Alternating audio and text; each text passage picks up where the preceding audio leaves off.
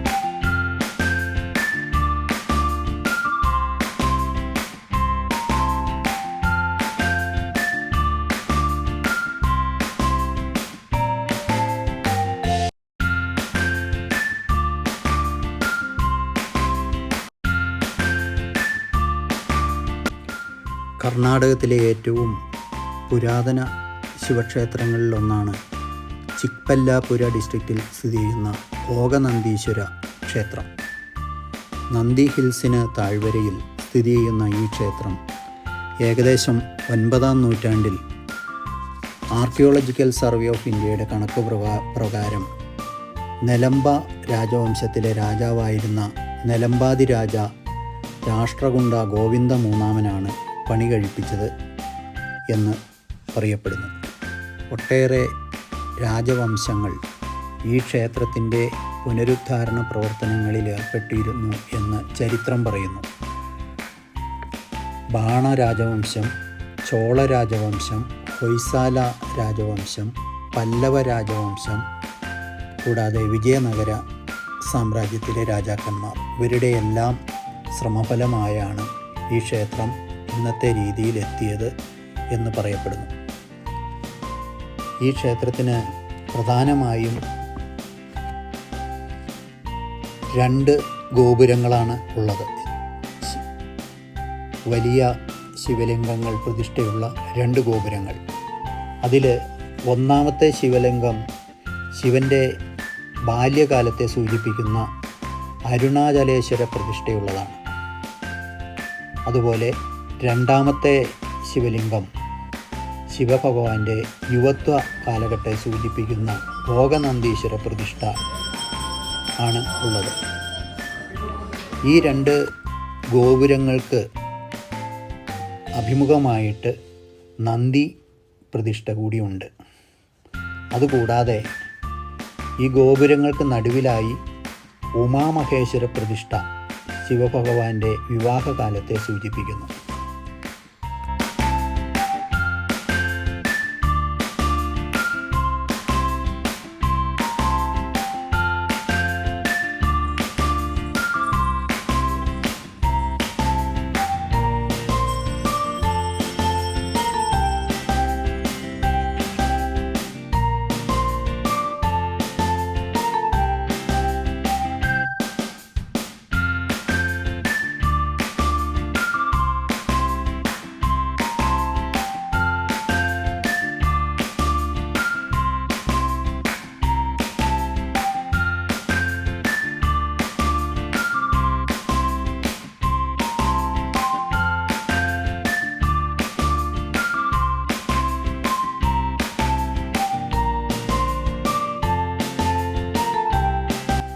ഈ ക്ഷേത്രത്തിൻ്റെ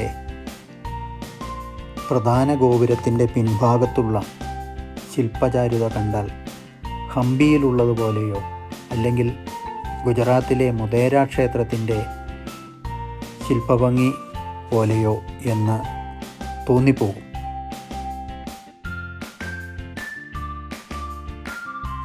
വിജയനഗര സാമ്രാജ്യത്തിൻ്റെ അവസാന കാലഘട്ടത്തിൽ ആണ് ഇത് പണി കഴിപ്പിച്ചിട്ടുള്ളത്. അതുപോലെ യലഹങ്ക രാജവംശം, അവിടുത്തെ രാജാക്കന്മാരായിരുന്ന ഗൗഡ ഭരണകർത്താക്കളുടെ കാലഘട്ടത്തിലും ഈ ക്ഷേത്രത്തിൻ്റെ പുനരുദ്ധാരണ പ്രവർത്തനങ്ങൾ നടത്തിയിരുന്നു എന്ന് ചരിത്രരേഖകളിൽ നിന്ന് നമുക്ക് മനസ്സിലാക്കാം.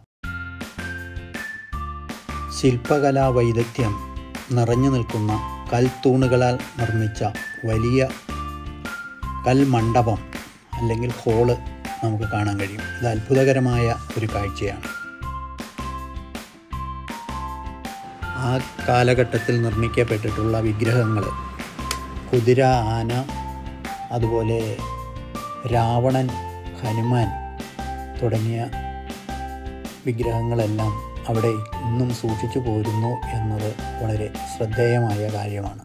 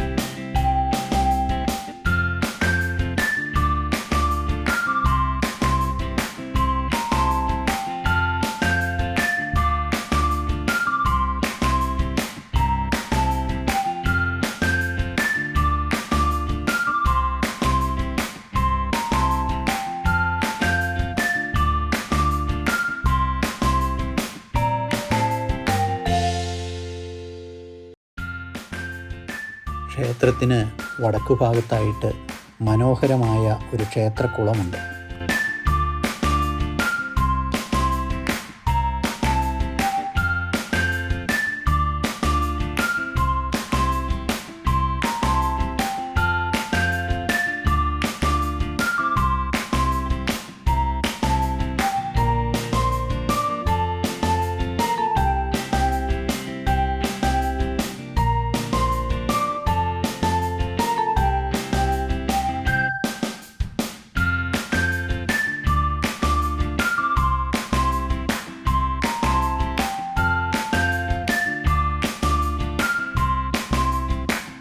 ഭരണകാലത്തെ ഓർമ്മകൾ അയവിറക്കുന്ന വലിയ ഒരു സഭാമണ്ഡപം, ഉത്സവ ആഘോഷങ്ങൾക്കും മറ്റും ഉപയോഗിച്ചിരുന്ന വലിയ സ്റ്റേജ്, അതിനോട് അടുത്ത് തന്നെ വലിയ ഒരു രഥം, വിശാലമായ ഒരു മൈതാനം നമുക്കിവിടെ കാണാൻ കഴിയുന്നു.